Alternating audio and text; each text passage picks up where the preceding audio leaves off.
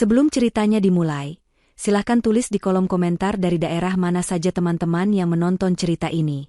Jangan lupa like dan subscribe agar channel ini bisa semakin berkembang dan bisa mempersembahkan cerita yang lebih menarik lagi. Udara di rumah itu terasa berat, seolah ikut berkabung. Padahal sudah 3 hari berlalu sejak jenazah Ibu Sari, ibu mertuaku, dikebumikan. Namun sisa-sisa wangi bunga melati dan kamper dari tahlilan semalam masih samar-samar menempel di tirai-tirai tebal yang menjuntai menutupi jendela. Sinar matahari pukul 10 pagi yang seharusnya cerah, terpaksa menyusup malu-malu, menciptakan garis-garis cahaya redup di atas lantai marmer yang dingin. Ruang keluarga yang biasanya hangat dengan celoteh Ibu Sari kini terasa begitu luas, sunyi, dan asing. Aku, Anissa, duduk di sofa tunggal yang dulu menjadi tempat favoritnya. Aku bisa merasakan sisa kehangatannya di sana, atau mungkin itu hanya angan-anganku saja. Di hadapanku, di atas meja jati berukir, sebuah cangkir teh jahe yang kubuat untuk Arman, suamiku, sudah tidak lagi mengepulkan uap. Arman sendiri duduk di seberangku, gelisah. Kakinya tak henti-hentinya mengetuk-ketuk lantai, menciptakan irama monoton yang mengganggu keheningan. Ia terus melirik jam tangan peraknya yang melingkar di pergelangan tangan kiri. Wajahnya tidak menunjukkan sisa kesedihan. Yang ada hanya gurat ketidaksabaran, seolah proses duka ini adalah sebuah rapat bisnis yang membosankan dan harus segera diselesaikan. Ia sama sekali tidak menatapku. Sejak ibunya meninggal, kami seperti dua orang asing yang terpaksa tinggal di bawah satu atap. Ia dingin, jauh, dan aku terlalu lelah oleh duka untuk mempertanyakannya. Pak Tirtayasa ini lama sekali, gerutu Arman, lebih pada dirinya sendiri daripada kepadaku. Suaranya terdengar serak dan kesal. Aku hanya menarik napas panjang. Sabar, Mas. Mungkin di jalan macet, jawabku pelan, mencoba menjaga kedamaian yang rapuh di antara kami. Aku merapikan ujung gamis hitamku yang sedikit kusut. Rasanya sudah berhari-hari aku mengenakan pakaian berwarna gelap, dan hatiku pun terasa ikut gelap. Kehilangan Ibu Sari adalah pukulan telak bagiku. Beliau bukan sekadar ibu mertua, tapi juga sahabat, tempatku mengadu, dan satu-satunya orang di rumah ini yang membuatku merasa benar-benar diterima. Selama 2 tahun terakhir, saat penyakit menggerogoti tubuhnya, aku yang merawatnya. Aku yang menyuapinya saat ia tak lagi punya selera makan, aku yang membersihkan tubuhnya saat ia terlalu lemah untuk beranjak, dan aku yang terjaga semalaman suntuk saat ia merintih kesakitan. Arman? Ia sibuk. Selalu ada alasan pekerjaan, rapat di luar kota, atau klien penting yang harus ditemui. Aku tidak pernah mengeluh, karena aku melakukannya dengan tulus untuk wanita yang telah melahirkan pria yang kucintai. Setidaknya, pria yang dulu kucintai. Pikiranku melayang pada percakapan terakhirku dengan Ibu Sari, 2 hari sebelum beliau berpulang. Tangannya yang keriput menggenggam tanganku erat. Matanya yang sayu menatapku dengan tatapan yang sulit kuartikan. Anissa, bisiknya dengan suara lemah. Kamu anak yang baik. Kamu menantu yang tulus. Ibu melihat semuanya. Jangan pernah takut, enduk. Orang baik akan selalu menemukan jalannya. Ibu sudah siapkan semuanya untukmu. Saat itu aku tidak mengerti apa maksudnya. Aku hanya mengira itu adalah ucapan terima kasih biasa dari seorang ibu yang terharu. Aku hanya tersenyum dan menyuruhnya beristirahat. Aku tidak tahu bahwa kata-kata itu adalah sebuah wasiat lisan, sebuah pertanda dari apa yang akan terjadi hari ini. Suara bel pintu yang tajam membuyarkan lamunanku. Bei Asih, asisten rumah tangga kami, tergopoh-gopoh membukakan pintu. Sosok Pak Tirtayasa muncul di ambang pintu.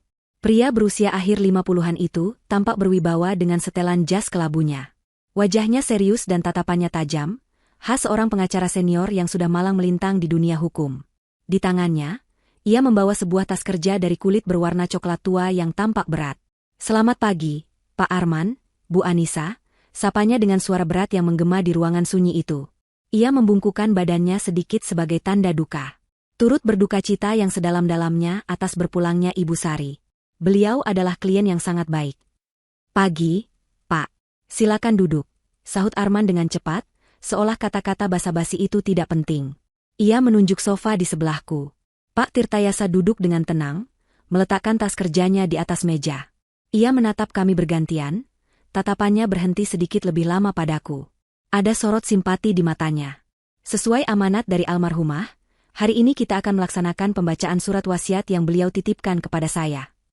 Ia membuka tasnya, mengeluarkan sebuah amplop besar berwarna coklat yang disegel dengan lilin merah. Jantungku mulai berdebar sedikit lebih kencang. Bukan karena aku mengharapkan sesuatu, Tapi karena ini adalah babak terakhir dari kehidupan Ibu Sari. Ini adalah pesan terakhirnya.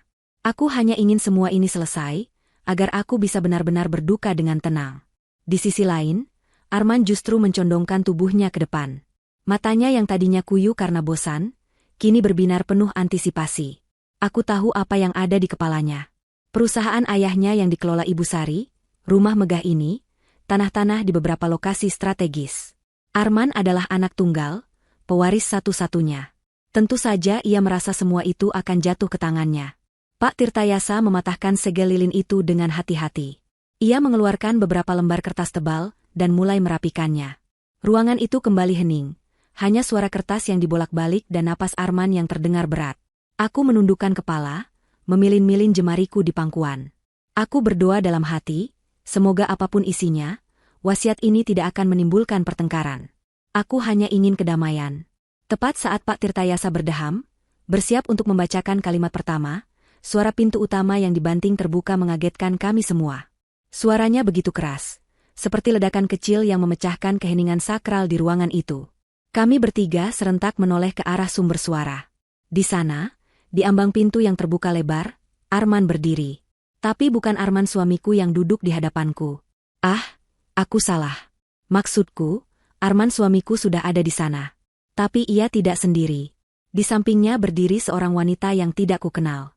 Wanita itu lebih muda dariku, dengan riasan wajah yang tebal dan gaun merah ketat yang sama sekali tidak pantas untuk suasana duka. Ia menatap sekeliling dengan angkuh, seolah sedang memeriksa properti barunya.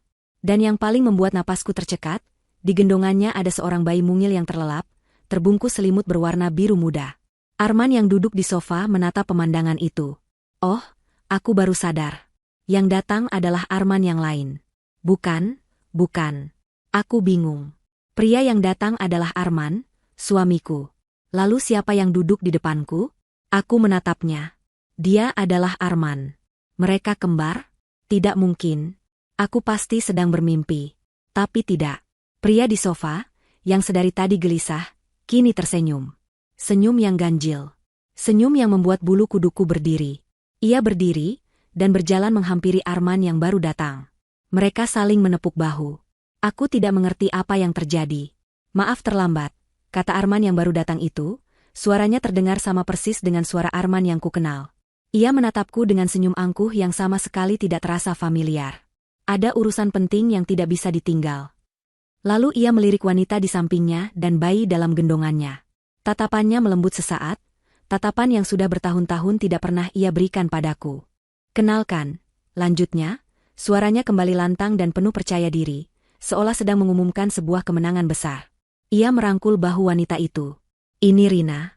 Dan ini, ia berhenti sejenak, menatap lurus ke mataku, menikmati setiap detik kehancuranku. Penerus keluarga. Anakku. Dunia di sekelilingku seakan berhenti berputar. Suara-suara di ruangan itu mendadak hilang, tergantikan oleh dengungan nyaring di telingaku. Anakku. Kata-kata itu menusuk jantungku seperti ribuan jarum es. Kami sudah bertahun-tahun menikah, dan salah satu kesedihan terbesarku adalah belum bisa memberinya keturunan. Dan sekarang, ia berdiri di sini, di rumah duka ibunya, membawa seorang wanita lain dan bayi mereka, mengumumkannya seolah itu adalah sebuah prestasi. Di hadapanku, di hadapan pengacara ibunya. Aku menatapnya, mencari sisa-sisa pria yang pernah kuucap janji setia di hadapan Tuhan. Tapi yang kutemukan hanyalah orang asing dengan wajah yang sama. Dan saat itu aku sadar, awan kelabu yang menyelimuti rumah ini bukan hanya karena duka kehilangan, tapi juga karena badai pengkhianatan yang baru saja datang untuk menghancurkan hidupku. Hantaman itu tidak terasa fisik, tapi dampaknya jauh lebih merusak. Rasanya seperti sebuah palu godam tak terlihat telah menghantam dadaku, memecahkan tulang rusukku dan meremukkan jantungku hingga menjadi serpihan-serpihan kecil. Napasku tercekat di tenggorokan. Udara yang tadinya terasa berat, kini terasa hampa, seolah paru-paruku menolak untuk berfungsi. Pandanganku mengabur, bukan karena air mata, tapi karena gelombang kejut yang begitu dahsyat. Satu-satunya yang bisa kulihat dengan jelas adalah pemandangan di depanku. Arman, suamiku, berdiri dengan bangga di samping wanita bernama Rina itu, yang menggendong bayi hasil dari perselingkuhan mereka. Waktu seakan berjalan melambat. Aku bisa melihat senyum mengejek di bibir Rina. Ia menatapku dari atas ke bawah, tatapan matanya seolah berkata, "Aku menang. Kamu kalah." Gaun merahnya yang menyala tampak seperti api yang siap membakar sisa-sisa kebahagiaanku. Bayi dalam dekapannya menggeliat pelan. Makhluk mungil tak berdosa itu menjadi bukti nyata, bukti hidup dari pengkhianatan yang selama ini terjadi di belakangku. Selama aku sibuk merawat ibunya yang sakit, selama aku berdoa setiap malam untuk kesembuhannya, suamiku ternyata sedang membangun kehidupan lain dengan wanita lain. Apa? Hanya satu kata itu yang berhasil keluar dari bibirku yang bergetar. Suaraku terdengar seperti bisikan parau, nyaris tak terdengar. Arman mendengus pelan, seolah pertanyaanku adalah hal yang paling bodoh di dunia. Sudah jelas, kan, Anissa? Aku tidak perlu menjelaskannya lagi. Ia berjalan mendekat, melangkahi kehancuranku dengan santai. Rina mengikutinya seperti bayangan, duduk di sofa panjang seolah ia adalah nyonya rumah yang baru. Mereka duduk berdampingan, sebuah potret keluarga yang sempurna dan menyakitkan. Kenapa? Mas, kenapa kamu melakukan ini? Tanyaku lagi, kali ini sedikit lebih kuat. Aku butuh penjelasan. Aku butuh alasan, sekecil apapun, untuk memahami mengapa duniaku harus dihancurkan seperti ini. Arman duduk dengan angkuh, menyilangkan kakinya. Ia menatapku dengan tatapan dingin yang sama sekali tanpa penyesalan. Kenapa? Harusnya kamu bertanya pada dirimu sendiri, Anissa. Bertahun-tahun kita menikah, apa yang sudah kamu berikan padaku? Keluarga ini butuh penerus. Perusahaan butuh pewaris. Dan kamu tidak bisa memberikannya. Setiap kata yang keluar dari mulutnya adalah belati baru yang ia tancapkan ke lukaku. Ia menggunakan kekuranganku, kesedihan terbesarku, sebagai senjata untuk membenarkan perbuatannya. Air mata yang sejak tadi kutahan, akhirnya mulai menggenang di pelupuk mata. Aku teringat semua kunjungan ke dokter, semua terapi yang menyakitkan, semua doa yang tak terjawab. Aku melalui itu semua sendirian, karena Arman selalu berkata ia sibuk. Ternyata, ia sibuk mencari solusi dengan caranya sendiri. Jadi, selama ini, suaraku bergetar hebat. Selama aku merawat ibu, kamu? Aku tidak sanggup menyelesaikan kalimat itu. Rasanya terlalu kotor untuk diucapkan. Ibu butuh kamu saat itu. Jawabnya enteng, seolah itu adalah pembagian tugas yang adil. Dan aku butuh Rina. Aku butuh masa depan. Sudahlah, jangan dibuat drama. Lebih baik kamu tahu sekarang daripada nanti. Anggap saja ini meringankan bebanmu. Meringankan bebanku? Pria ini benar-benar sudah kehilangan akal sehatnya. Ia baru saja menjatuhkan bom atom di tengah hidupku dan berkata itu untuk meringankan bebanku. Rina, yang sedari tadi diam, akhirnya angkat bicara. Suaranya terdengar manis namun penuh racun. Sudah saatnya Mbak Anissa sadar diri, katanya sambil mengelus-elus punggung bayinya.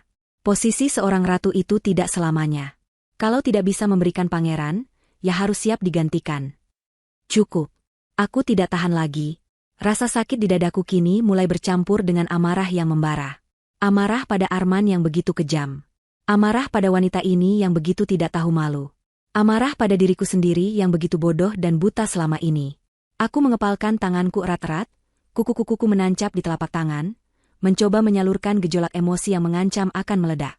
Di tengah suasana yang begitu tegang, sosok Pak Tirtayasa yang nyaris kulupakan, tiba-tiba berdeham keras. Suaranya yang berat dan tegas berhasil memecah drama keluarga yang menjijikan ini. Ia menatap Arman dan Rina dengan tatapan tidak suka, tatapan seorang profesional yang terganggu oleh perilaku tidak beradab. Maaf, Tuan Arman, Nona, Rina, kata Pak Tirtayasa, nadanya terdengar formal dan dingin. Saya turut prihatin dengan masalah pribadi Anda. Namun, kita berkumpul di sini untuk satu tujuan yang mulia, yaitu melaksanakan amanat terakhir dari almarhumah Ibu Sari. Saya harap kita semua bisa menghormati itu. Arman tampak sedikit terkejut dengan ketegasan Pak Tirtayasa, namun dengan cepat ia kembali memasang wajah arogannya. Tentu saja, Pak. Justru karena itu kami di sini. Anak ini, ia menunjuk bayi di dekapan Rina, adalah cucu kandung Ibu Sari. Pewaris sah. Jadi, cepat bacakan saja wasiatnya, agar kami bisa segera mengurus masa depannya. Permintaannya yang tidak tahu malu itu membuat darahku mendidih. Ia membawa anak haramnya ke pembacaan wasiat, dan dengan percaya diri mengklaim hak waris untuknya. Aku menatap Pak Tirtayasa, berharap ia akan mengusir mereka. Namun, pengacara itu tetap tenang. Ia hanya merapikan kembali kertas-kertas di tangannya, wajahnya tidak menunjukkan emosi apapun. Apakah hukum memang sebuta ini? Apakah kesetiaan dan pengorbananku tidak ada artinya sama sekali? Pak Tirtayasa mengangkat pandangannya. Ia tidak melihat ke arahku, juga tidak ke arah Arman. Ia menatap lurus ke sebuah titik kosong di dinding di belakang kami, seolah sedang berbicara dengan arwah Ibu Sari. Baiklah, katanya dengan suara yang mantap. Mari kita mulai. Ia mengambil lembar pertama. Aku sudah tidak peduli lagi isinya. Harta? Rumah? Perusahaan? Semua itu terasa tidak ada nilainya dibandingkan dengan kehormatan dan harga diriku yang baru saja diinjak-injak. Aku hanya ingin semua ini berakhir. Aku ingin lari dari ruangan ini, lari dari kenyataan pahit ini. Pak Tirtayasa kembali menatap kami satu persatu. Ia menatap Arman dan Rina yang duduk dengan angkuh, lalu tatapannya beralih padaku yang duduk hancur berkeping-keping. Ada kilat aneh di matanya, kilat yang tidak bisa kubaca. Lalu, ia mengucapkan kalimat yang menggantung di udara, penuh dengan makna tersembunyi. Kalimat yang menjadi jeda sebelum badai yang sesungguhnya datang. Tapi saya sarankan, katanya pelan, namun setiap katanya terdengar begitu jelas dan tajam, Anda semua mendengarkan baik-baik. Ia berhenti sejenak, lalu matanya menatap lurus dan menusuk ke arah Arman dan Rina. Karena wasiat Ibu Sari, sangat spesifik. Kata-kata Pak Tirtayasa yang tegas dan penuh arti itu menggantung di udara, menciptakan lapisan ketegangan baru di atas kekacauan yang sudah ada. Namun, anehnya, pikiranku tidak lagi terfokus pada ancaman di masa depan. Aku tidak sanggup. Otakku, dalam upaya putus asa untuk melindungi diri dari rasa sakit yang tak tertanggungkan, justru menarikku mundur. Mundur ke masa lalu, ke saat-saat terakhir yang kuhabiskan bersama satu-satunya orang di rumah ini yang memberiku kehangatan, Ibu Sari. Pemicunya sederhana.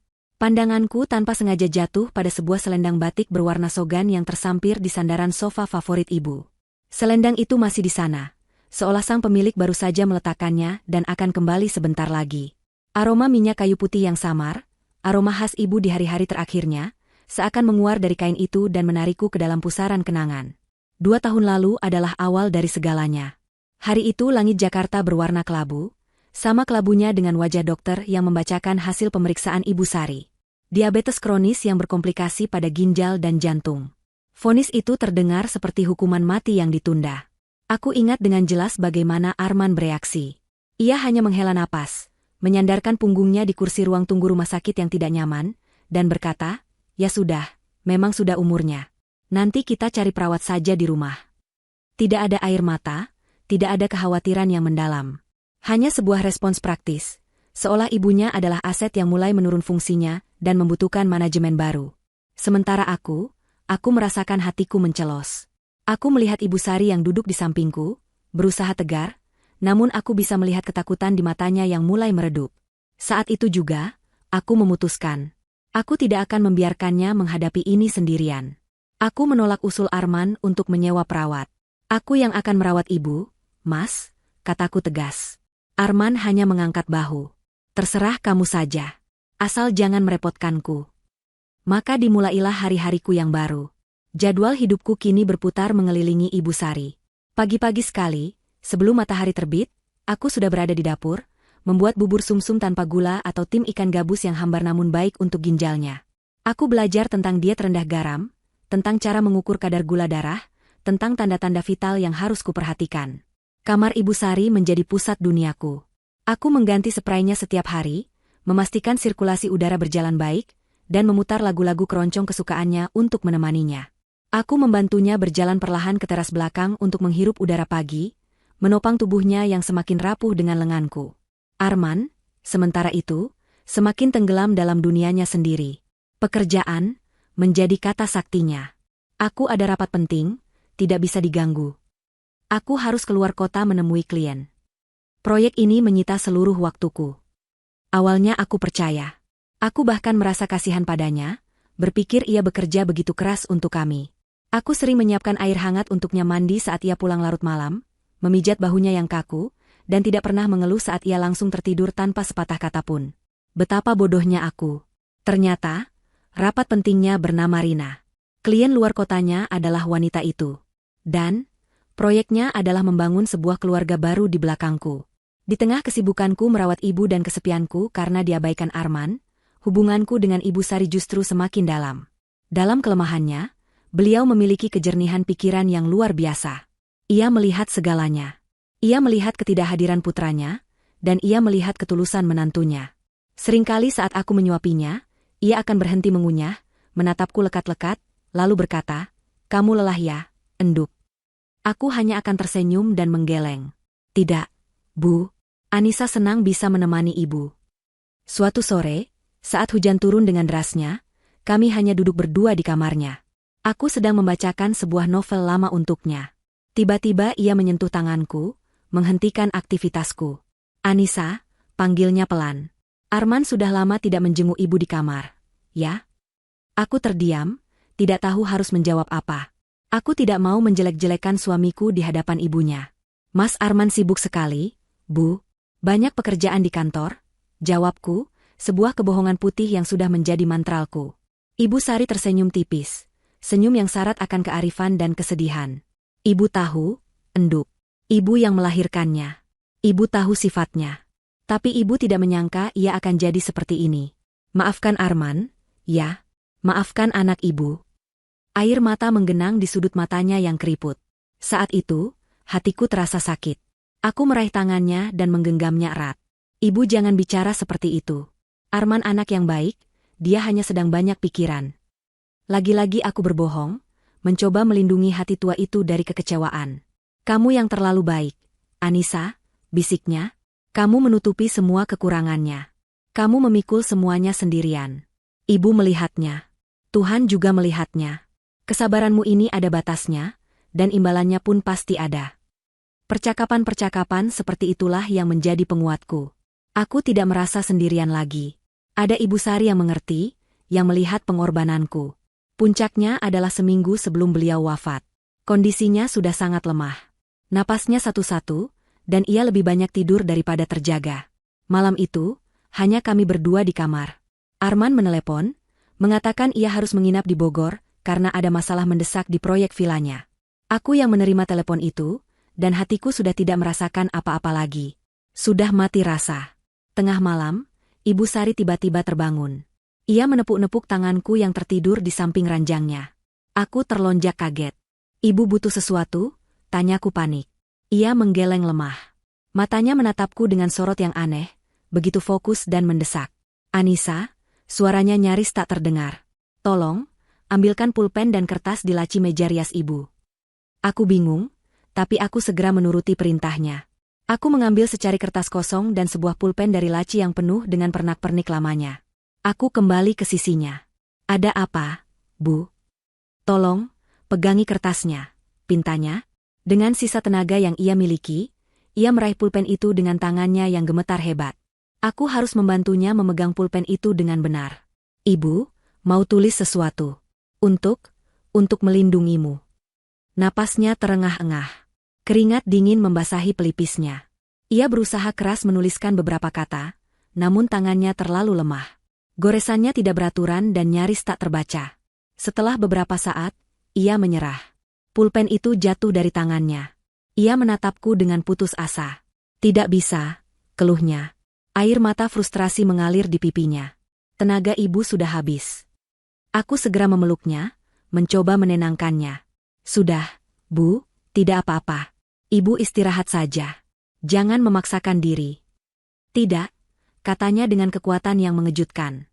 "Ini penting, Anissa. Ini tentang keadilan untukmu. Kalau ibu tidak bisa menulisnya, ibu akan menyampaikannya. Besok, telepon Pak Tirtayasa. Suruh dia datang ke sini secepatnya. Bilang ibu mau merevisi wasiat. Ini darurat. Kamu mengerti?" Aku mengangguk cepat. Meskipun saat itu aku tidak sepenuhnya paham. Aku hanya ingin ia tenang.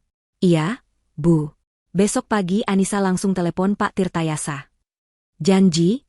desaknya. "Janji, Bu."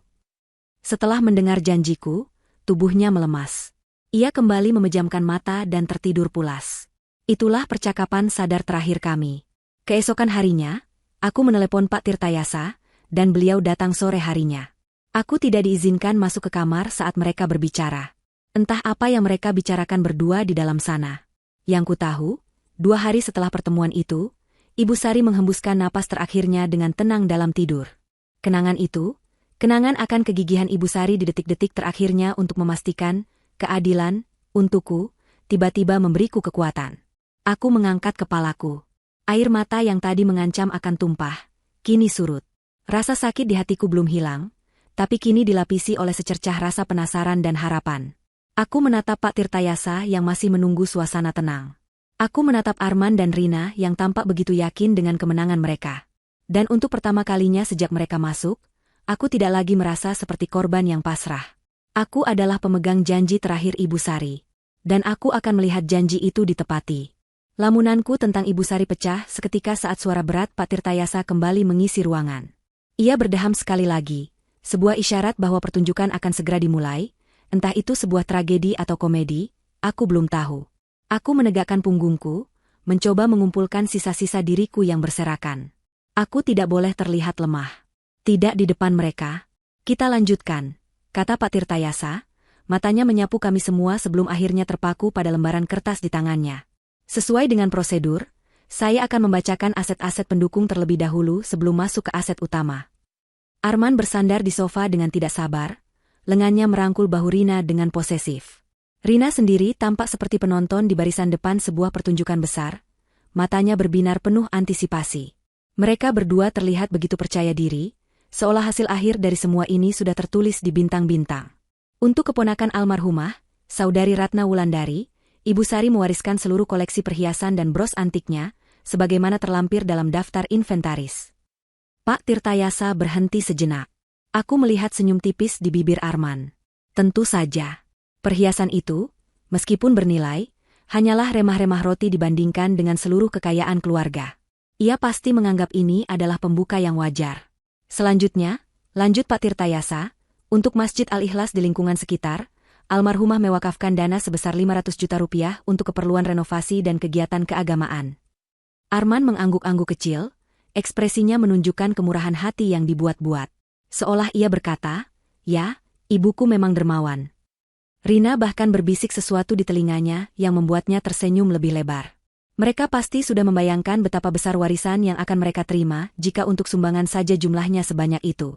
Dan terakhir, untuk para asisten rumah tangga yang telah mengabdi dengan setia, Ibu Asi dan Bapak Udin, almarhumah memberikan dana pesangon masing-masing sebesar 100 juta rupiah sebagai tanda terima kasih. Wajah Bey Asi, yang sejak tadi berdiri cemas di sudut ruangan, langsung basah oleh air mata haru. Ia menangkupkan kedua tangannya di depan dada, membungkuk dalam-dalam tanpa suara. Aku ikut terharu melihatnya. Ibu Sari memang selalu memikirkan orang-orang di sekitarnya. Bahkan dalam kematiannya, ia masih menebar kebaikan. Di sisi lain, ketidaksabaran di wajah Arman semakin kentara. Baginya, semua ini hanyalah formalitas yang membosankan yang menghalangi jalan menuju hadiah utamanya. Baiklah, suara Pak Tirtayasa berubah menjadi lebih berat dan resmi. Ia membalik kertasnya ke halaman berikutnya. Sekarang kita masuk ke dalam isi utama dari surat wasiat ini, yang menyangkut seluruh aset pokok milik almarhumah Ibu Sari binti Bapak Prawiro Diharjo. Seketika, seluruh perhatian di ruangan itu terpusat padanya. Bahkan aku, yang tadinya merasa mati rasa, kini merasakan jantungku berdebar kencang. Arman menegakkan duduknya, tubuhnya condong ke depan, matanya terpaku pada bibir Pak Tirtayasa, siap menelan setiap kata yang akan keluar. Pak Tirtayasa menyesuaikan letak kacamatanya. Ia mulai membaca dengan nada yang datar dan jelas, menyebutkan satu persatu pilar kekayaan keluarga. Aset-aset tersebut meliputi 1. Kepemilikan saham 100% atas nama almarhumah di PT Jaya Sentosa, perusahaan keluarga yang bergerak di bidang properti. 2. Tanah dan bangunan yang kita tempati saat ini, berlokasi di Jalan Cempaka Putih nomor 7, seluas 1.500 meter persegi. 3. 2 unit ruko di kawasan bisnis Sudirman. 4. Sebidang tanah seluas 5 hektar di kawasan Puncak, Bogor. Dan 5. Seluruh portofolio investasi berupa saham, reksadana, dan deposito yang tersimpan di beberapa bank atas nama almarhumah. Setiap aset yang disebutkan membuat mata Arman semakin berbinar. Rina bahkan tanpa sadar menggigit bibir bawahnya, imajinasinya pasti sudah terbang liar membayangkan kehidupan mewah yang menantinya. Bagi mereka, ini adalah pengumuman kemenangan. Pak Tirtayasa berhenti sejenak setelah menyebutkan aset terakhir. Ia menarik napas dalam-dalam, seolah sedang mempersiapkan diri untuk mengucapkan kalimat yang paling penting. Keheningan di ruangan itu begitu pekat, aku bisa mendengar detak jantungku sendiri bergemuruh di telinga. Atas seluruh aset utama yang telah saya sebutkan tadi, Pak Tirtayasa mengangkat kepalanya, menatap lurus ke depan. Almarhumah Ibu Sari, dalam keadaan sadar, sehat jasmani dan rohani, serta tanpa ada paksaan dari pihak manapun, telah memutuskan. Ia kembali berhenti, membiarkan ketegangan mencapai puncaknya. Arman mengepalkan tangannya di atas pangkuan, wajahnya tegang karena antisipasi. Dengan ini, diwariskan sepenuhnya. Inilah saatnya, batinku. Inilah saat namaku bahkan tidak akan disebut, saat aku akan resmi menjadi orang asing di rumahku sendiri. Kepada menantu saya satu-satunya, Anissa binti Bapak Abdullah. Hening. Untuk beberapa detik, ruangan itu terasa vakum. Tidak ada suara, tidak ada gerakan. Kata-kata itu seakan membeku di udara. Otakku berusaha keras mencerna apa yang baru saja kudengar. Namaku. Pak Tirtayasa menyebut namaku. Tidak mungkin. Aku pasti salah dengar. Ini pasti bagian dari mimpi buruk yang sedang kualami. Aku menatap Pak Tirtayasa dengan bingung, mencari koreksi atau penjelasan. Tapi wajahnya tetap datar dan serius. Lalu, keheningan itu pecah. Bukan oleh suaraku, tapi oleh suara Arman. Awalnya hanya sebuah dengusan tidak percaya. Lalu berubah menjadi suara tawa yang kering dan sumbang. Hah? Apa? Lucu sekali, Pak. Mungkin Bapak salah baca. Pak Tirtayasa menggeleng pelan. Saya tidak salah baca, Tuan Arman. Tertulis dengan sangat jelas di sini. Wajah Arman berubah. Tawa sinisnya hilang, digantikan oleh ekspresi tidak percaya yang kemudian dengan cepat berubah menjadi merah padam karena amarah. Rina di sebelahnya tampak sama terkejutnya. Mulutnya sedikit terbuka, riasan di wajahnya tidak mampu menutupi kepucatan kulitnya. Tidak mungkin. Arman melompat berdiri, tangannya menggebrak meja kopi di depannya dengan keras. Cangkir tehnya yang sudah dingin sampai bergetar dan isinya tumpah, menciptakan noda gelap di atas kayu jati. Ini gila. Pasti ada kesalahan. Ibu saya tidak mungkin melakukan ini. Saya anak kandungnya. Saya pewaris satu-satunya. Teriakannya menggema di ruangan, penuh dengan kemarahan, kesombongan yang terluka, dan hak yang merasa dirampas. Ia menatapku dengan mata melotot, seolah aku adalah seorang penipu yang telah merebut apa yang menjadi miliknya. Aku sendiri masih terlalu syok untuk bereaksi. Tubuhku terasa lemas, kepalaku pening. Semua ini tidak masuk akal. Di tengah ledakan amarah Arman, Pak Tirtayasa tetap duduk tenang di kursinya. Ia seolah tidak terpengaruh sama sekali. Ia menunggu sampai teriakan Arman mereda, hanya menyisakan napasnya yang terengah-engah. Kemudian, dengan ketenangan yang menakutkan, ia menatap Arman. Mohon tenang, Tuan Arman, katanya dengan suara yang tetap terkendali. Ia mengangkat selembar kertas dari tumpukan wasiat itu. Seperti yang saya katakan tadi. Ia berhenti sejenak, membiarkan matanya mengunci tatapan marah Arman. Ini baru permulaan. Ada syarat dan ketentuan yang berlaku. Frasa, syarat dan ketentuan yang berlaku, yang diucapkan Pak Tirtayasa terdengar seperti gema di ruangan yang kembali senyap. Itu bukan lagi sekadar istilah hukum yang kering, melainkan sebuah pedang Damocles yang tergantung tepat di atas kepala Arman. Namun, suamiku, yang egonya telah terluka parah, tampaknya menolak untuk melihat ancaman itu. Ia justru mendengus. Sebuah suara yang syarat dengan cemoohan dan ketidakpercayaan. Kemarahan di wajahnya sedikit mereda, digantikan oleh ekspresi seseorang yang merasa sedang dipermainkan dalam sebuah lelucon yang tidak lucu. Syarat? Ulangnya dengan nada sinis. Ia menyapukan pandangannya ke seluruh ruangan, seolah mencari dukungan atas absurditas ini. Jangan mengada-ada, Pak Tirtayasa. Wasiat macam apa yang menggunakan syarat dan ketentuan seperti sebuah undian berhadiah? Ini pasti tidak sah. Saya yakin 100%, ibu saya berada di bawah tekanan saat menulis ini. Atau jangan-jangan, matanya kini menyorot tajam ke arahku, penuh tuduhan, ada yang mempengaruhinya.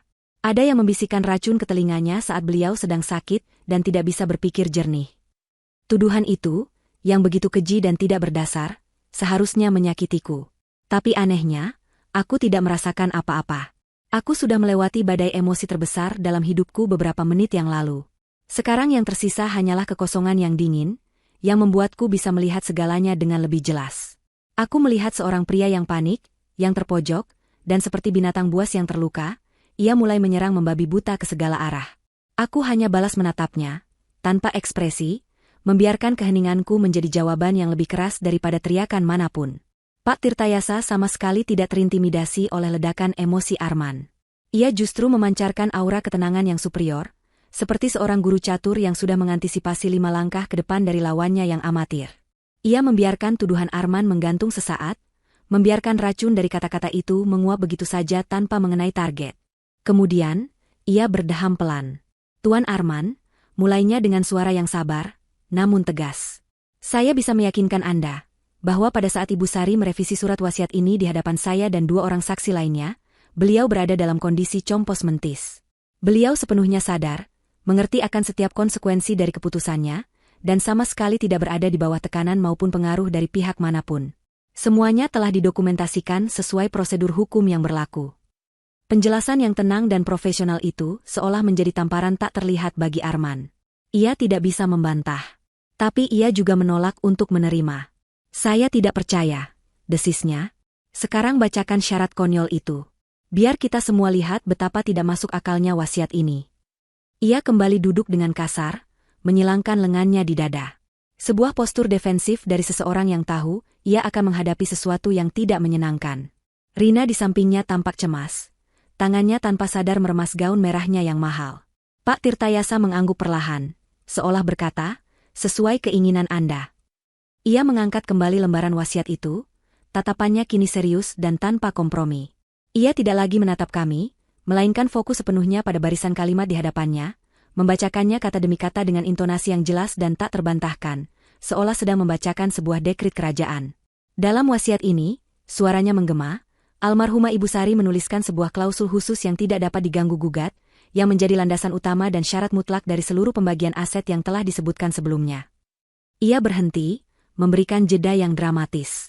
Jantungku yang tadinya tenang, kini mulai berdetak lagi, lebih cepat dari sebelumnya. Inilah inti dari semua ini. Inilah pesan terakhir Ibu Sari. Klausul tersebut berbunyi sebagai berikut. Saat itu, sebuah gambaran melintas di benakku dengan begitu jelas. Gambaran Ibu Sari di ranjang kematiannya, dengan napas terengah-engah dan tangan gemetar, memaksakan sisa-sisa hidupnya untuk memastikan keadilan ini tertulis. Aku bisa merasakan kehadirannya di ruangan ini, duduk di sampingku, memberiku kekuatan. Pak Tirtayasa melanjutkan, "Saya, Sari binti Prawiro Diharjo, membuat keputusan ini sebagai bentuk penghargaan tertinggi saya kepada menantu saya, Anissa binti Abdullah, yang telah merawat saya dengan cinta dan ketulusan yang bahkan melebihi anak kandung saya sendiri. Namun, penghargaan ini terikat pada sebuah syarat yang menyangkut kehormatan dan martabat keluarga."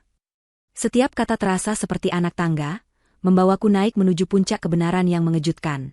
Syarat tersebut adalah, jika putra kandung saya, Arman bin Hartono, terbukti secara sah dan meyakinkan telah melakukan tindakan yang mencoreng nama baik keluarga, khususnya tindakan perselingkuhan yang mengkhianati janji suci pernikahannya dengan menantu saya, Anissa binti Abdullah. Aku menahan napas. Seluruh udara di paru-paruku seakan tersedot habis. Jadi ini maksudnya. Ini adalah perlindungan yang ibu siapkan untukku. Maka ia, Arman bin Hartono, secara otomatis dan permanen kehilangan seluruh haknya sebagai ahli waris atas aset-aset yang telah disebutkan dalam surat wasiat ini.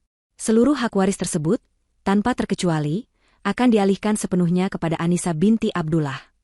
Setelah kalimat terakhir itu diucapkan, Pak Tirtayasa menurunkan kertas itu perlahan. Selesai. Pesan itu telah tersampaikan. Bom itu telah dijatuhkan. Aku menatap Arman.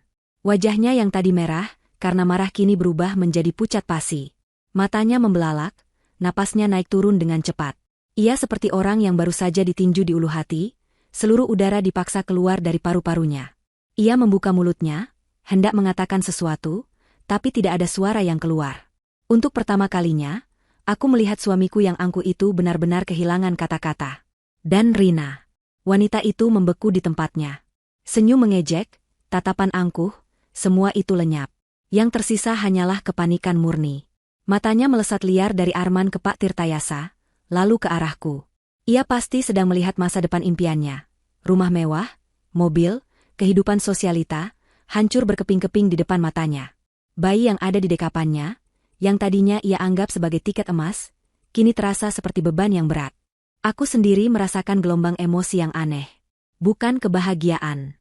Belum. Lebih seperti sebuah kelegaan yang luar biasa, bercampur dengan rasa takjub yang mendalam pada kebijaksanaan dan keberanian ibu mertuaku. Beliau tidak hanya menghukum pengkhianatan, tapi beliau juga melindungi dan mengangkat derajatku. Beliau tidak menyerahkanku pada nasib, tapi memberiku kuasa atas nasibku sendiri. Di tengah kehancuranku, aku merasa dihormati, dihargai, dan dilindungi. Air mata akhirnya jatuh dari mataku, Tapi kali ini bukan air mata kesedihan, melainkan air mata haru. Keheningan yang mencekam itu akhirnya dipecahkan oleh suara tawa. Tawa yang aneh, kering, dan dipaksakan. Tawa itu datang dari Arman. Ia tertawa sambil menggeleng-gelengkan kepalanya, seolah baru saja mendengar lelucon terbaik abad ini. Tapi matanya tidak ikut tertawa. Matanya masih memancarkan kepanikan yang berusaha keras ia sembunyikan di balik topeng kesombongannya. Terbukti, katanya di sela-sela tawanya yang sumbang. Ia menatap Pak Tirtayasa, mencoba menemukan kembali keberaniannya. Pembuktian? Itu kata kuncinya, kan, Pak? Siapa yang bisa membuktikannya? Saya dan Anissa tidak punya masalah apa-apa. Wanita ini? Ia menunjuk Rina dengan gerakan cepat. Dia hanya rekan bisnis yang kebetulan ikut mengantar saya. Dan bayi ini? Mungkin anak saudaranya. Kebohongan yang begitu terang-terangan dan kikuk itu terdengar menyedihkan. Ia sedang menggali lubangnya sendiri semakin dalam. Ia menatapku, mencoba memberiku tatapan mengancam. Semua ini hanya tulisan di atas kertas, Pak. Gertakan kosong yang tidak ada dasarnya. Anda tidak punya apa-apa untuk membuktikan tuduhan konyol ini. Tawa Arman yang dipaksakan itu menggantung sesaat di udara sebelum akhirnya mati, meninggalkan keheningan yang lebih mencekam dari sebelumnya. Ia telah melemparkan tantangannya. Ia bertaruh pada satu hal, tidak adanya bukti. Ia yakin bahwa semua perbuatannya di belakangku begitu rapi, sehingga tidak ada yang bisa menjeratnya. Ia menatap Pak Tirtayasa dengan dagu terangkat, sebuah arogansi terakhir dari seseorang yang merasa masih memegang kendali. Rina, melihat kepercayaan diri tuannya kembali, tampak sedikit lebih tenang, meskipun wajahnya masih pucat. Ia mungkin berharap bahwa gertakan Arman akan berhasil. Menanggapi tantangan itu, Pak Tirtayasa tidak mengucapkan sepatah kata pun. Reaksinya jauh lebih efektif daripada kata-kata. Dengan gerakan yang lambat, tenang, dan disengaja, ia menundukkan badannya dan meraih tas kerja dari kulit yang sejak tadi tergeletak di samping kursinya. Ia meletakkannya di atas pangkuan, membuka kuncinya yang berbunyi, klik, dengan suara yang terdengar begitu nyaring di ruangan yang sunyi itu. Dari dalam tas, ia mengeluarkan sebuah map tebal berwarna biru tua, jenis map yang biasa digunakan untuk menyimpan dokumen-dokumen penting. Ia meletakkannya di atas meja kopi di antara kami. Suara map yang bergesekan dengan permukaan kayu meja, seolah menjadi genderang perang yang ditabuh perlahan. Anda bertanya soal pembuktian, Tuan Arman? Tanya Pak Tirtayasa dengan nada yang tetap datar, namun kini ada sedikit nuansa dingin dalam suaranya. Almarhumah Ibu Sari adalah wanita yang sangat teliti. Beliau tidak akan pernah membuat sebuah klausul wasiat yang begitu kuat, tanpa memiliki dasar yang lebih kuat lagi. Beliau sudah mengantisipasi penyangkalan Anda. Arman masih mencoba mempertahankan topengnya. Dasar apa? Jangan bilang ibu mempercayai gosip murahan. Pak Tirtayasa tidak menjawab. Ia hanya membuka sampul map itu. Lembar pertama yang ia keluarkan adalah selembar foto berukuran A4 yang dicetak di atas kertas glossy. Tanpa berkata apa-apa, ia mendorong foto itu di atas meja ke arah Arman. Foto itu menunjukkan pemandangan sebuah restoran mewah yang familiar. Aku tahu tempat itu. Arman pernah mengajakku ke sana sekali, untuk ulang tahun pernikahan kami yang ketiga. Di dalam foto, di salah satu meja di sudut ruangan yang romantis, duduklah Arman dan Rina. Mereka tidak tampak seperti rekan bisnis. Kepala mereka berdekatan, tertawa bersama. Tangan Arman terulur di atas meja, menggenggam erat tangan Rina. Itu adalah gestur yang intim, gestur yang sudah lama tidak pernah ia lakukan padaku. Wajah Arman membeku. Ia menatap foto itu seolah melihat hantu. Hanya makan malam biasa, gumamnya lemah, tapi suaranya tidak lagi seyakin tadi. Pak Tirtayasa seolah tidak mendengarnya. Ia mengeluarkan foto kedua, lalu ketiga, dan keempat, menyebarkannya di atas meja seperti seorang pemain kartu yang memamerkan kartu kemenangannya. Foto kedua, Arman dan Rina di lobi sebuah hotel di Bali. Arman merangkul pinggang Rina dengan posesif. Aku ingat perjalanan itu. Ia bilang itu adalah perjalanan bisnis mendadak selama 3 hari. Foto ketiga, mereka berdua berjalan bergandengan tangan di sebuah pantai saat matahari terbenam, siluet mereka tampak begitu mesra. Foto keempat, yang paling menyakitkan, adalah foto candid Rina yang sedang bersandar manja di dada Arman di balkon sebuah kamar, keduanya hanya mengenakan jubah mandi. Setiap foto adalah sebuah tusukan baru di jantungku. Tapi aku tidak menangis. Aku hanya menatap Arman, menyaksikan bagaimana setiap lembar bukti itu meruntuhkan pertahanannya, bata demi bata. Warna telah sepenuhnya hilang dari wajahnya. Ia tampak seperti terdakwa yang baru saja dihadapkan pada saksi mata kejahatannya. Ini rekayasa. Fitnah, desis Arman, tapi suaranya bergetar. Jika foto bisa direkayasa, kata Pak Tirtayasa dengan tenang, mungkin data perbankan lebih sulit untuk direkayasa. Ia mengeluarkan setumpuk kertas baru dari dalam map. Kali ini adalah salinan laporan rekening koran. Ia menunjuk beberapa baris yang sudah ditandai dengan stabilo kuning. Berikutnya, kami memiliki salinan transaksi dari rekening pribadi Anda, Tuan Arman, ke rekening atas nama Nona Rina Astuti. Terjadi transfer rutin setiap tanggal 1, dengan keterangan, tunjangan bulanan. Jumlahnya cukup signifikan. Ia berhenti sejenak, lalu menunjuk beberapa transaksi lain. Di luar itu, ada beberapa transfer dalam jumlah besar. Satu sebesar 800 juta rupiah, yang tanggalnya bertepatan dengan tanggal pembelian sebuah unit apartemen di Kuningan atas nama Nona Rina. Satu lagi sebesar 300 juta rupiah, 2 minggu setelahnya, yang juga cocok dengan tanggal pembelian sebuah mobil sedan Eropa, juga atas nama Nona Rina. Kali ini, Rina yang terkesiap. Ia menatap kertas-kertas itu dengan ngeri.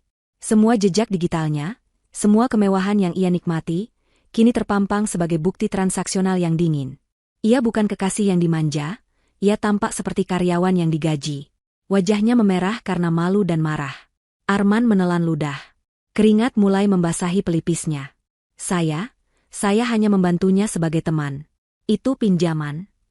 Pinjaman tanpa ada surat perjanjian dan tanpa ada catatan pembayaran kembali, balas Pak Tirtayasa dengan nada skeptis yang tajam. Ia tidak menunggu jawaban. Ia mengeluarkan dokumen terakhir dari tumpukan pertama. Dokumen ini yang paling membuatku sesak napas. Dan mungkin ini juga bagian dari bantuan pertemanan Anda, lanjut Pak Tirtayasa. Ia meletakkan selembar kertas di atas semua bukti lainnya. Itu adalah salinan akta kelahiran bayi yang digendong Rina. Di sana, di kolom nama ayah, tertulis dengan jelas dan resmi, Arman bin Hartono. Selesai. Ini adalah bukti yang tak terbantahkan. Sebuah pengakuan hukum yang ia tanda tangani sendiri. Arman menatap akta kelahiran itu, lalu menatap bayinya, lalu kembali menatap akta itu. Ia terpojok. Tidak ada lagi jalan untuk berkelit. Tidak ada lagi kebohongan yang bisa ia ciptakan. Ruangan itu senyap, hanya terdengar suara napasnya yang berat dan terengah-engah. Aku menatapnya. Pria yang selama ini begitu berkuasa, begitu angkuh, yang dengan kejamnya menghancurkan hatiku, kini tampak begitu kecil dan menyedihkan. Ia seperti seekor tikus yang terperangkap dalam jebakan baja yang dirancang dengan sempurna. Jebakan yang dipasang oleh ibunya sendiri. Tepat saat aku berpikir semua ini sudah berakhir, saat Arman tampaknya akan menyerah, Pak Tirtayasa mengangkat tangannya. Tunggu sebentar, katanya. Masih ada satu lagi. Arman dan Rina, yang sudah tampak hancur, menatapnya dengan putus asa. Apalagi yang lebih buruk dari ini?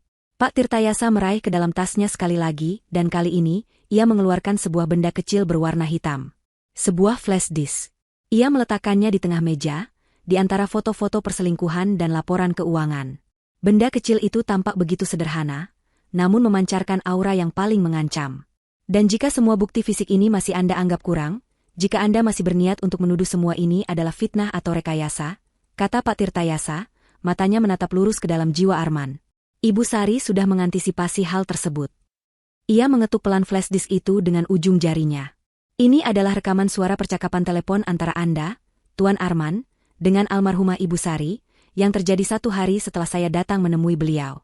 Sebuah percakapan di mana Anda, dengan suara Anda sendiri, tidak hanya mengakui hubungan Anda dengan Nona Rina dan bayi ini, tetapi Anda bahkan meminta restu ibu Anda untuk menceraikan Anissa sesegera mungkin setelah warisan ini dibagikan, agar Anda bisa hidup bahagia dengan keluarga baru Anda. Flash disk hitam kecil itu tergeletak di tengah meja, di antara bukti-bukti pengkhianatan yang lain. Benda itu mungil, tidak mencolok, namun auranya terasa lebih berat dan lebih menghancurkan daripada tumpukan foto dan kertas manapun. Itu adalah senjata pamungkas, vonis akhir yang tidak memerlukan persidangan. Di dalamnya tersimpan suara Arman sendiri, mengakui semua kebusukannya, merencanakan kehancuranku dengan nada santai kepada ibunya sendiri.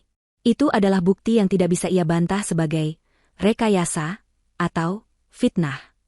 Itu adalah suaranya, kebenarannya, kejatuhannya. Arman menatap flash disk itu seolah benda itu adalah seekor ular berbisa yang siap mematuknya. Seluruh sisa-sisa perlawanan dan kesombongan di tubuhnya menguap seketika, seperti embun yang tersapu terik matahari. Bahunya yang tadi tegap kini merosot. Wajahnya yang pucat kini berubah menjadi keabu-abuan, warna kekalahan mutlak. Ia terhuyung mundur selangkah dan jatuh terduduk di sofa, bukan lagi dengan gerakan angkuh, melainkan seperti boneka tali yang benangnya diputus. Ia tidak lagi menatap siapapun, pandangannya kosong, tertuju pada lantai marmer yang dingin, melihat bayangan hidupnya yang hancur berkeping-keping. Pria yang beberapa saat lalu menggebrak meja dan berteriak tentang haknya, kini diam 1000 bahasa, dikalahkan oleh kebohongannya sendiri yang terekam dalam sebuah chip memori. Melihat tuannya telah tumbang, kepanikan Rina mencapai puncaknya. Topeng wanita simpanan yang anggun dan tenang luntur total, menampakkan wajah aslinya yang penuh ketakutan dan keserakahan. Ia sadar dalam sekejap bahwa kapal yang ia tumpangi telah menabrak gunung es dan sedang tenggelam dengan cepat. Ia tidak lagi peduli pada etika atau suasana duka. Ia mengguncang-guncang lengan Arman dengan kasar, suaranya yang tadi dibuat manis kini berubah menjadi pekikan tajam yang melengking. "Arman, kamu bilang apa? Katakan sesuatu," bentaknya. Bayi di dekapannya mulai terganggu dan merengek pelan. "Kamu bilang semuanya sudah aman. Kamu bilang ibumu akan menyerahkan semuanya padamu. Kamu bilang aku dan anak ini akan hidup enak. Pembohong. Kamu pembohong." Caci makinya tidak mendapat respons. Arman tetap diam, terlalu hancur untuk sekadar menanggapi. Melihat tidak ada harapan, Rina beralih dari menyalahkan menjadi memohon. Ia menatap Pak Tirtayasa dengan mata yang mulai berkaca-kaca, sebuah tangisan palsu yang dirancang untuk menimbulkan simpati. "Pak, pasti ada jalan lain, kan? Anak ini kan cucu kandungnya. Apa dia tidak punya hak sama sekali? Ini tidak adil," rengeknya.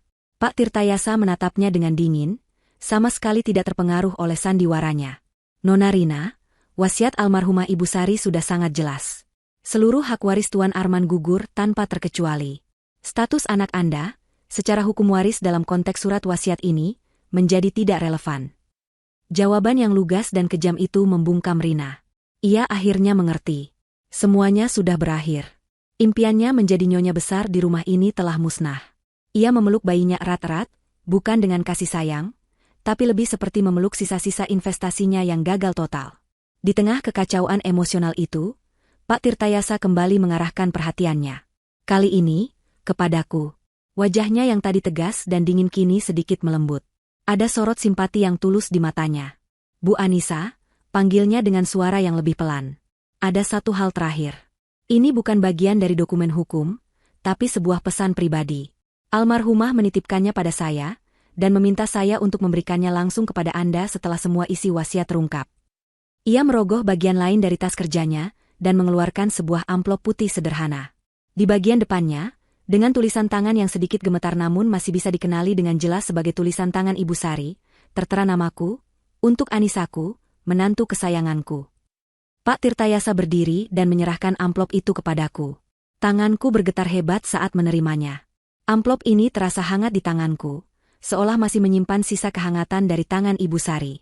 Aku menatap tulisan itu, dan hatiku terasa sesak. Ini adalah surat dari alam baka, pesan terakhir dari seorang ibu untukku. "Almarhumah berpesan agar Anda membacanya sekarang. Di sini," kata Pak Tirtayasa pelan. Aku mengangguk. Dengan jari-jari yang gemetar, aku membuka segel amplop itu dengan hati-hati. Aku mengeluarkan selembar kertas surat berwarna krem dan mulai membacanya. Awalnya aku berniat membacanya dalam hati, namun entah kenapa, sebuah dorongan kuat muncul dari dalam diriku untuk membacakannya dengan lantang. Aku ingin Arman dan wanita itu mendengar setiap kata terakhir dari ibu yang telah mereka kecewakan. Aku menarik napas dalam-dalam, mencoba menenangkan suaraku yang tercekat. "Anisaku, menantu kesayanganku," aku mulai membaca, suaraku sedikit bergetar. "Jika kamu membaca surat ini, itu artinya ibu sudah tidak ada lagi di sampingmu. Itu juga artinya, semua kebenaran yang menyakitkan telah terungkap. Maafkan ibu, Enduk. Maafkan ibu karena harus membuka luka di hatimu dengan cara seperti ini." Aku berhenti sejenak, menelan ludah yang terasa pahit. Aku melirik Arman. Ia mengangkat kepalanya sedikit, mendengarkan. "Ibu tahu kamu pasti sangat terluka sekarang. Hatimu hancur. Ibu melihat semuanya dari ranjang sakit ibu. Ibu melihat kesetiaanmu yang tanpa batas, kesabaranmu yang seluas samudra. Ibu melihat bagaimana kamu merawat ibu dengan tanganmu sendiri, menyuapi ibu saat ibu tak berselera, menyanyikan lagu-lagu pelan agar ibu bisa tidur nyenyak. Di saat yang sama, ibu juga melihat bagaimana putra kandung ibu, Arman, melupakan ibunya dan melupakanmu. Ibu mendengar setiap teleponnya yang penuh bisik-bisik, melihat setiap kebohongannya saat ia pamit untuk bekerja. Suaraku mulai menguat, getarannya hilang, digantikan oleh emosi yang lain. Maafkan ibu, Anissa. Mungkin ibu gagal mendidiknya. Ibu memberinya segalanya secara materi, tapi ibu lupa mengajarkannya cara menghargai sebuah berlian yang sudah ada di dalam genggamannya. Dia lebih memilih mengejar kerikil berkilau di jalanan. Ibu tidak marah padanya, enduk. Ibu hanya merasa sedih dan kecewa. Hati seorang ibu hancur melihat anaknya menghancurkan kebahagiaannya sendiri dengan kebodohannya. Aku bisa merasakan tatapan tajam Rina padaku, tapi aku tidak peduli. Aku terus membaca. Karena itulah, ibu melakukan apa yang harus ibu lakukan. Wasiat yang tadi kamu dengar bukanlah sebuah hukuman, Anissa. Anggaplah itu sebagai pelukan terakhir dari ibu untukmu. Itu adalah cara ibu untuk melindungimu, untuk memastikan bahwa semua pengorbananmu tidak sia-sia. Ibu tidak akan membiarkanmu pergi dari rumah ini dengan tangan hampa dan hati yang hancur. Tidak. Kamu adalah putri ibu, dan seorang putri berhak mendapatkan istananya. Air mataku mulai menetes, membasahi kertas di tanganku. Tapi aku terus membaca, karena aku tahu bagian terpenting akan datang. Oleh karena itu, Anissa, putriku, suaraku kini menjadi begitu tegas dan jelas, seolah aku sedang menyalurkan kekuatan Ibu Sari sendiri. Rumah yang kalian tinggali, mobil yang dia pakai, semua fasilitas yang dia nikmati, kini adalah milikmu. Ibu memberimu kuasa penuh.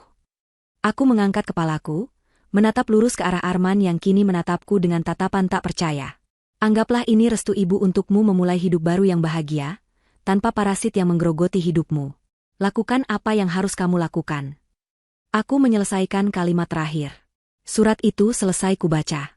Kertas itu terasa berat di tanganku, bukan karena bebannya, tapi karena kekuatan yang terkandung di dalamnya. Itu bukan sekadar surat. Itu adalah sebuah mandat. Sebuah surat pembebasan. Sebuah restu untuk mengambil kembali hidupku. Aku melipat kertas itu perlahan, dengan tangan yang kini tidak lagi bergetar. Di dalam diriku, sesuatu telah berubah. Rasa sakit itu masih ada, tapi kini ia terbungkus dalam baja kekuatan dan keadilan. Aku tidak lagi merasa menjadi korban. Aku adalah pewaris. Bukan hanya harta, tapi juga kehendak kuat seorang wanita luar biasa. Keheningan yang menyusul setelah aku selesai membaca surat itu berbeda dari keheningan-keheningan sebelumnya. Ini bukan keheningan yang tegang karena antisipasi, atau keheningan yang canggung karena syok. Ini adalah keheningan yang berat, yang padat, di mana setiap orang di ruangan itu memahami bahwa sebuah babak baru telah dimulai. Kekuasaan telah berpindah tangan. Surat dari Ibu Sari bukan hanya untaian kata-kata sentimental, itu adalah penyerahan tongkat komando. Semua mata tertuju padaku, menunggu reaksiku, menunggu langkahku selanjutnya. Arman menatapku dengan campuran antara ketakutan dan sisa-sisa harapan yang menyedihkan, mungkin berharap aku akan berbelas kasihan. Rina menatapku dengan kebencian yang tak terselubung, melihatku sebagai perusak mimpinya. Pak Tirtayasa menatapku dengan sorot mata yang profesional namun penuh dukungan. Dan aku hanya berdiri di sana sejenak, membiarkan setiap kata dari surat Ibu Sari meresap ke dalam tulang sumsumku. Lakukan apa yang harus kamu lakukan. Mandat itu bergema di kepalaku. Kekuatan yang diberikannya terasa nyata, mengalir melalui pembuluh darahku, meluruskan tulang punggungku yang selama ini bungkuk karena menanggung beban kesabaran. Lalu, sesuatu yang tak terduga terjadi. Sebuah suara keluar dari bibirku.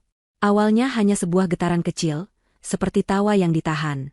Lalu getaran itu tumbuh menjadi sebuah kekahan pelan. Dan sebelum aku bisa menghentikannya, kekahan itu meledak menjadi tawa yang lepas dan penuh. Aku tertawa. Di tengah ruang duka, di hadapan suamiku yang berkhianat dan selingkuhannya, di depan tumpukan bukti kehancuran rumah tanggaku, aku justru tertawa terbahak-bahak. Tawaku bukanlah tawa histeris orang gila. Bukan juga tawa sinis penuh kebencian. Ini adalah tawa pembebasan. Tawa katarsis. Tawa seorang tahanan yang baru saja mendengar bahwa gerbang penjaranya terbuka lebar, dan ia bebas untuk pergi. Setiap gelak tawa yang keluar dari mulutku seolah mengusir bertahun-tahun rasa sakit yang terpendam, semua malam-malam sepi yang kuhabiskan sendirian, semua air mata yang kutelan diam-diam, semua harapan naif yang kupegang erat-erat. Aku menertawakan kebodohanku sendiri, karena telah begitu buta. Aku menertawakan ironi nasib yang begitu pahit sekaligus begitu adil. Aku menertawakan wajah Arman dan Rina yang kebingungan, yang menatapku seolah aku sudah kehilangan akal sehat. Mereka tidak akan pernah mengerti.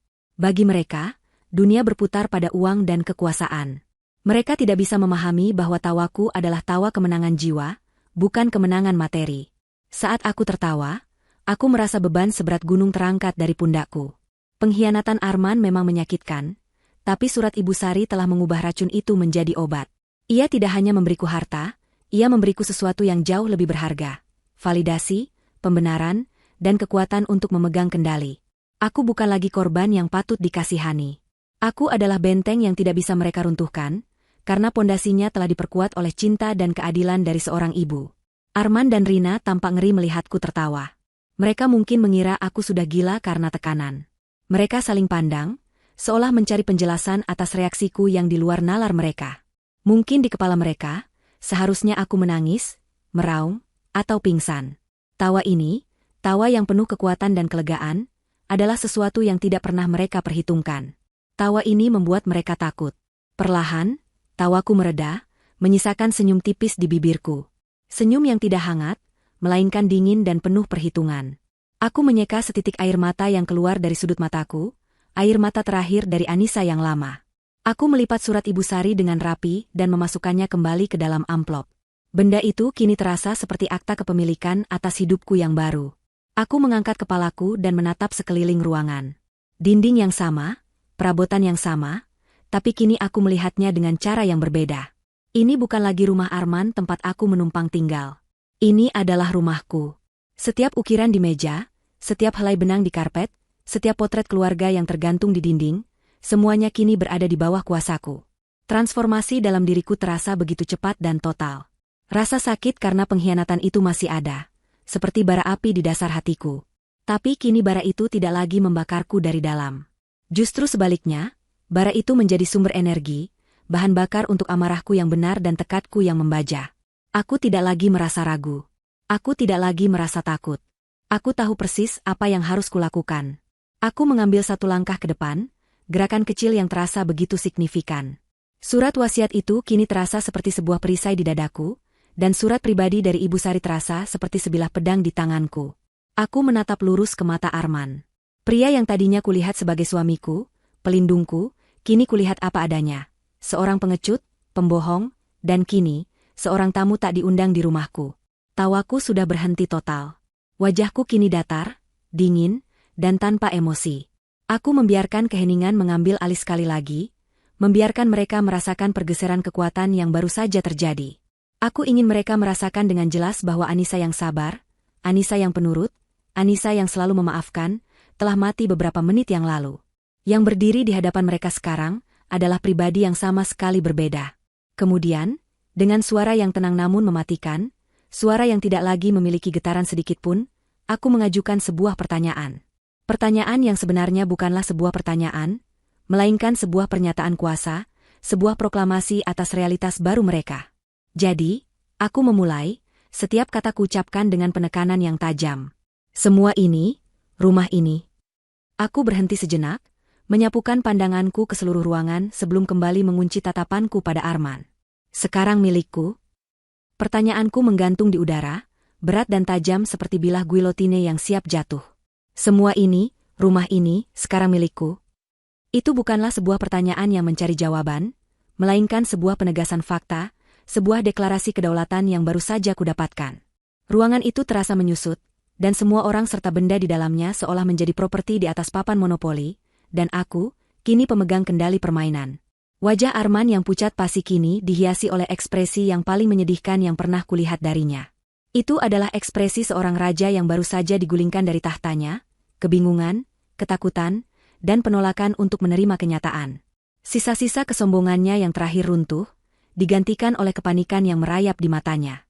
Ia mengambil langkah goyah ke arahku, tangannya terulur seolah ingin meraihku, seolah kami masih sepasang suami istri yang bisa menyelesaikan masalah dengan pelukan.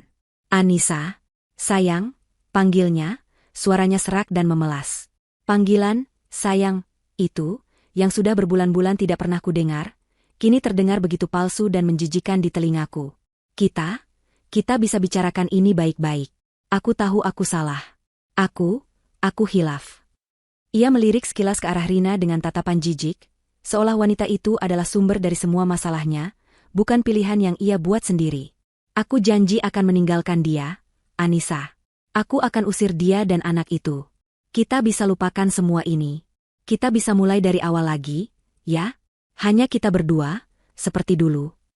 Permohonannya yang menyedihkan itu tidak menimbulkan sedikitpun rasa iba di hatiku. Justru sebaliknya, itu menyulut api kemarahanku semakin besar. Mulai dari awal, pikiranku berteriak. Awal yang mana? Awal dari kebohongannya? Awal dari pengkhianatannya? Dia pikir cinta dan kepercayaan itu seperti saklar lampu yang bisa dimatikan dan dinyalakan sesuka hatinya. Sebelum aku sempat menjawab, Rina, yang menyadari posisinya kini berada di ujung tanduk, ikut angkat bicara. Ia mencoba taktik yang berbeda, taktik yang lebih licik, mencoba memanipulasi sisa-sisa kebaikan yang mungkin masih ada di hatiku. Ia maju selangkah, menimang-nimang bayinya yang mulai rewel, memamerkan sosok seorang ibu yang tak berdaya. Mbak Anissa, katanya dengan suara yang dibuat bergetar, air mata buaya mulai menggenang di sudut matanya. Saya tahu saya salah. Saya minta maaf. Tapi tolong, jangan begini. Kasihanilah anak ini, Mbak. Dia tidak berdosa, dia tidak tahu apa-apa. Dia juga butuh atap untuk berteduh, butuh ayahnya. Tolong jangan usir kami. Aku menatap mereka berdua bergantian. Sepasang pengkhianat yang kini mencoba memainkan peran sebagai korban. Sungguh pemandangan yang memuakan. Seluruh kesabaran yang kupupuk selama bertahun-tahun telah habis, menguap tak bersisa. Yang ada kini hanyalah baja dingin di dalam jiwaku. Aku tertawa kecil, tawa yang kering dan tanpa humor. Kalian berdua benar-benar pasangan yang serasi. Kataku, suaraku terdengar asing di telingaku sendiri, dingin dan tajam. Aku menatap lurus ke mata Arman. Bicarakan baik-baik, memulai dari awal, ulangku. Setiap kata kuucapkan dengan penekanan yang menusuk. Tidak ada lagi yang perlu dibicarakan, Arman. Dan tidak akan pernah ada, awal yang baru, untuk kita. Kita, sudah mati sejak lama. Kamu yang membunuhnya, saat kamu memilih untuk berbaring di ranjang wanita lain. Kamu yang menguburnya, setiap kali kamu berbohong padaku bahwa kamu sedang bekerja. Dan kamu memakukan paku terakhir di peti matinya hari ini, saat kamu membawanya ke sini dengan bangga. Jadi jangan pernah sebut kata, kita, lagi di hadapanku.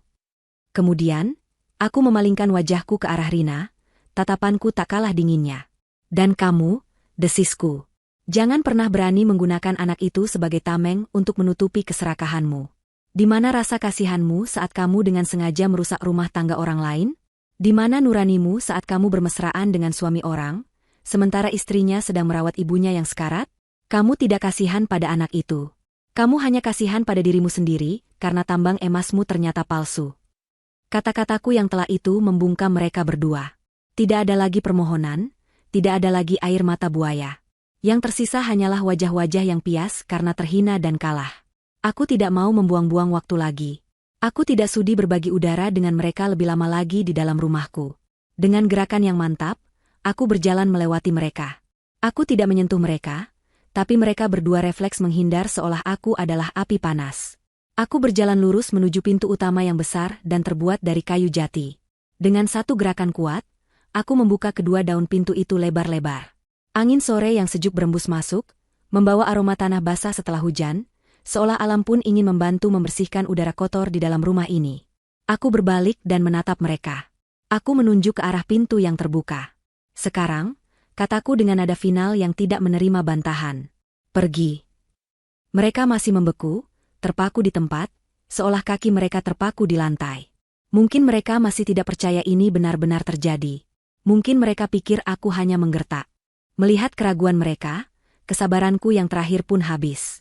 Aku menaikkan suaraku, bukan lagi suara yang tenang dan dingin, melainkan sebuah teriakan penuh kuasa yang menggema di seluruh ruangan, memantul dari dinding-dinding tinggi rumah yang kini menjadi milikku. Pergi. Suaraku yang keras akhirnya menyentak mereka. Arman tersentak kaget. Rina sedikit terlonjak. Bawa semua barangmu yang menempel di badanmu dan wanita ularmu itu. Lanjutku, menunjuk mereka dengan jariku. Pakaian yang kamu kenakan itu dibeli dengan uang ibuku. Jam tangan di pergelangan tanganmu itu warisan ayahmu yang kini menjadi bagian dari asetku. Lepaskan semuanya jika perlu, aku tidak peduli. Pergi dari sini dan jangan pernah kembali. Kamu butuh harta, kan? Mintalah harta padanya. Aku melirik Rina dengan jijik. Lihat saja apa yang bisa dia berikan padamu sekarang. Mereka masih berdiri di sana, ragu-ragu, terhina, tapi belum juga bergerak. Mereka seperti sampah yang menolak untuk disapu keluar. Baik, mereka butuh dorongan terakhir. Aku meraih ponselku dari saku gamis. Dengan jari yang mantap, aku membuka layarnya. Kalian pikir aku main-main?